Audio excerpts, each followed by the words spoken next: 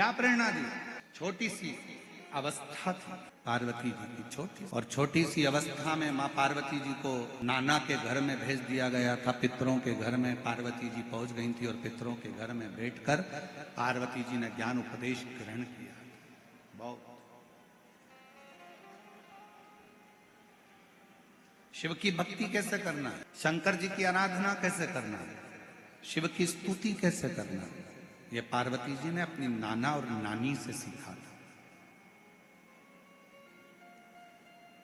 ये पार्वती जी ने अपने नाना नानी के घर में सीखा था, पितरों से सीखा। गर्ग संहिता कहती है और कुर्म पुराण कहती है, तुम्हारे घर में अगर सत्यनारायण जी की कथा हो रही है, तुम्हारे घर में शंकर जी का अभिषेक हो रहा है, तुम्हारे घर में पार्थिव शिवलिंग का निर्माण हो रहा है, तुम्हारे घर में अगर तुम कोई व्रत रख रही हो, तुम्हारे घर में कोई उपास कर रही हो, तुम्हारे घर में कोई उद्यापन हो रहा है, तुम्हारे घर में कोई अच्छा कार्य हो रहा है, तो ये करवाने वाला कोई दूसरा नहीं होता, इसको करवाने वाले तुम्हारे घर के पितृ होते हैं, जो ऊपर बैठकर तुम्हारे घर में अच्छा कार्य कर रहे हैं।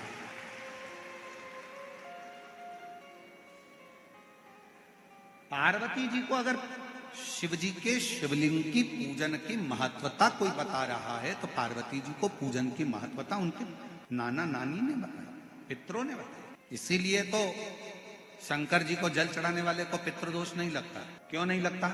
क्योंकि शिव जी पर आप जल चढ़ाते हो ना, तो शंकर भगवान का चढ़ा हुआ जल हस्त कमल की ओर जाता है पार्वती जी के, और पार्वती जी के हस्त कमल पर जैसी जल जाता है तो नाना नानी बड़े प्रसन्न हो जाते हैं अपनी नातिन को देखकर कि मेरी नातिन पर लोग पूजन कर रहे हैं, जल चढ़ा रहे हैं, तो पितृ आशीर्वाद देते हैं।